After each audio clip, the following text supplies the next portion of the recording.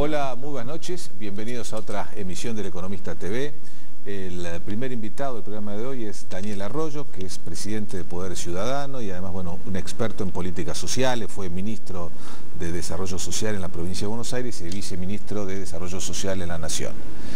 Bueno, Daniel, la semana pasada hubo mucho debate en la Argentina en torno a los datos que difundió un informe del Banco Mundial sobre la cantidad de argentinos que se debían considerar integrantes de la clase media. También, bueno, se habló de sectores vulnerables y vos has trabajado particularmente esta idea de la Argentina fragmentada desde el punto de vista social. ¿Cuál es la lectura que haces de estos informes que se conocieron la semana pasada? En un marco también, por supuesto, de un crecimiento de los sectores medios en toda América Latina, ¿no? Sí, está claro que ha crecido la clase media en toda América Latina en general y en la Argentina en particular, en parte porque ha habido más creación de empleo en los últimos años y en gran parte porque el Estado ha creado más, el gran empleador en los últimos años ha sido el Estado en Argentina. Yo diría que al margen del crecimiento de la clase media, acá hay cuatro realidades sociales distintas en nuestro país. Una realidad es la de la pobreza extrema, los que no tienen lo mínimo, ahí está casi el 22% de la población, de personas que no tienen piso de material, no tienen los servicios básicos. Hay una segunda Argentina que llamaría la Argentina vulnerable, la gente que hace changas, que tiene trabajo informal, que la lleva como puede, de la manera que puede, que se autosustenta económicamente, pero que está en una situación complicada. No va al Ministerio de Desarrollo Social porque no es pobre y no accede a crédito bancario porque no está formalizado. Ahí yo diría que hay un 30% de la población argentina. Luego viene una clase media que tiene trabajo estable, que tiene trabajo formal, sea del Estado o del sector privado, que se ha recuperado, que tiene capacidad para prever, para decir yo de acá a abril voy a ganar tanto y puedo hacer tanto, y luego una clase alta que concentra recursos. Yo diría que más allá de que hay cuatro Argentinas, la cosa está fragmentada, está quebrada. El peón de taxi, que es alguien que está en situación vulnerable, cuando para porque hay un corte en la calle dice yo estoy trabajando todo el día y esta gente le dan todo y a mí no me dan nada. O el de clase media que está pagando impuestos y dice cada vez la presión es más grande y yo tengo que mandar aparte a mis hijos a la escuela privada o tengo que pagar la prepaga. Creo que está muy quebrada la estructura social en Argentina y ese es un problema serio. Y si vos estás planteando algo que se vio incluso en estos días, que como que hay una crisis de legitimidad en torno a algunas políticas sociales que se pusieron en marcha en los últimos años, sobre todo básicamente por, bueno, una presión impositiva muy grande sobre los sectores medios, que dicen, bueno, nosotros jugamos con las reglas dentro de la formalidad y a veces no recibimos del Estado todo lo que quisiésemos, y por otro lado tenemos que solventar una cantidad de políticas crecientes. Absolutamente es así. La Argentina en el año 2003 eran 1.500 millones la política social, hoy son 22.000. O sea, ha habido un aumento claro de recursos para atender a los sectores más pobres, con políticas mejores o peores, más clientelares o mejores como la asignación universal por hijo. El resto de los sectores sienten eso, sienten que en parte están financiando a otro sector, a los sectores más pobres.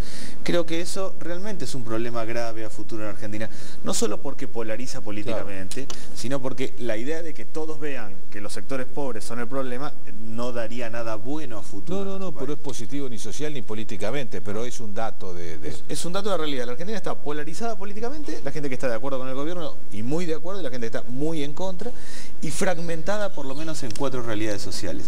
En ese contexto hay un desafío que es cambiar los planes sociales. O sea, me parece que la asignación universal por hijo está claro que es una buena política que equipara condiciones. Es una base de arranque para decir todo hogar donde hay chicos menores de 18 años tienen una base de arranque. El resto de los programas sociales hay que ir empalmándolos con el mundo del trabajo. Yo creo que la única manera de reconstruir la estructura social en Argentina es que una persona que tiene un plan social y consigue trabajo, tenga trabajo y cobre el 100% del plan social, a los 8 meses, si sigue con el trabajo, pase a cobrar el 80%, a los 8 meses el 60% hasta que vaya saliendo. Hay que ir empalmando situaciones en Argentina, si no se va a ir complicando mucho la tensión entre los sectores sociales. Claro, pero esto requiere fuerte expansión del empleo privado, que es lo que no se está viendo, por lo menos en los últimos 2 años. No, y de hecho diría que en los últimos 2 o 3 años el gran empleador, el gran tomador de empleo ha sido el Estado. Acá hay que fomentar no solo incentivo fiscal para los que toman personas con planes sociales o jóvenes, y encarar determinados sectores, decir cuáles son los sectores que van a dinamizar la salida de los planes sociales. Claro. Es la construcción, es el textil, es el metal mecánico. Creo que hay que poner el acento en incentivos fiscales para ese lado.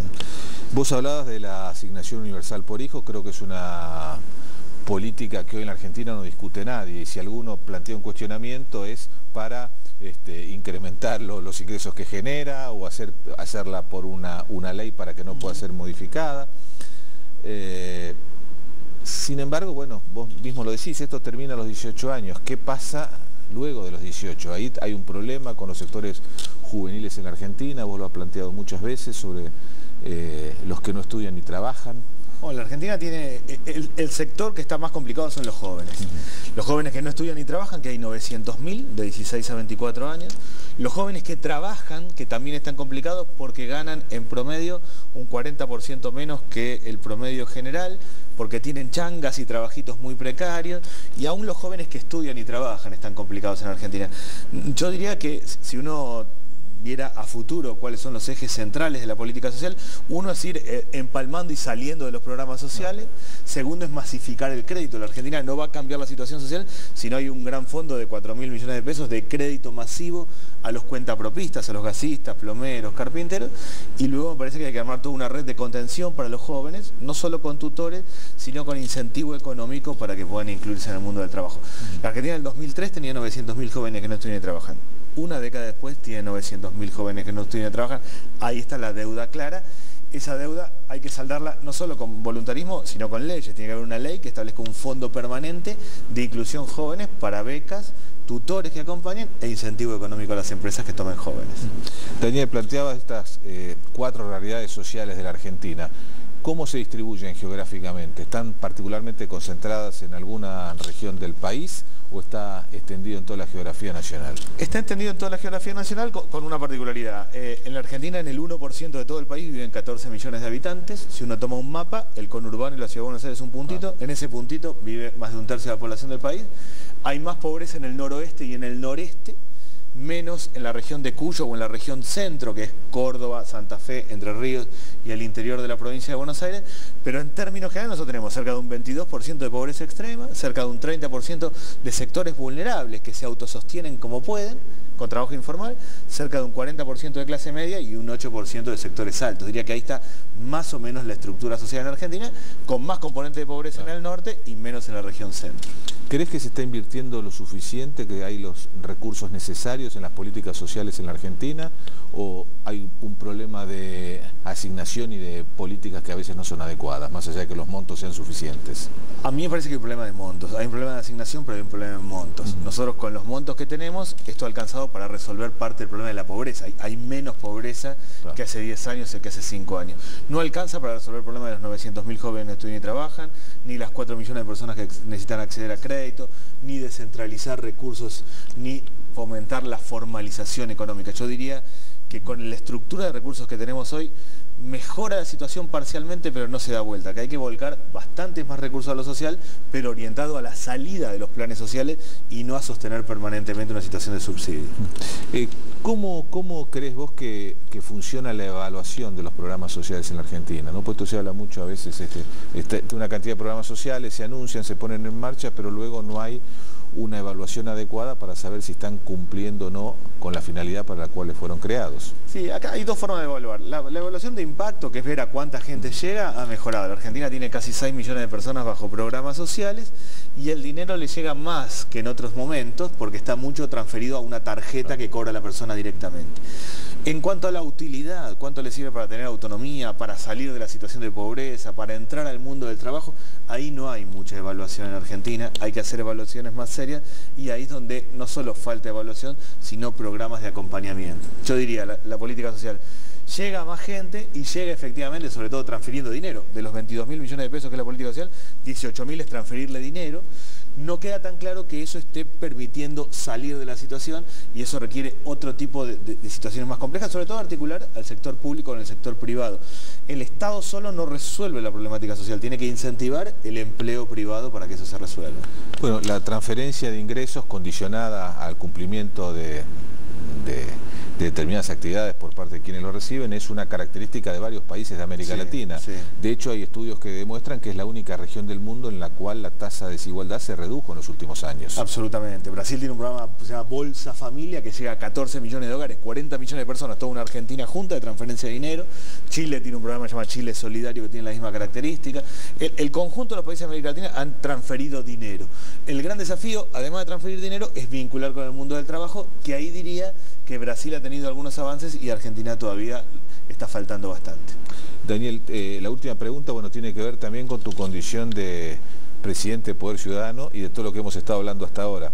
En Poder Ciudadano, bueno, se preocupan ustedes por el tema de la transparencia, del funcionamiento institucional, todo lo que tiene que ver con el andamiaje político en la Argentina.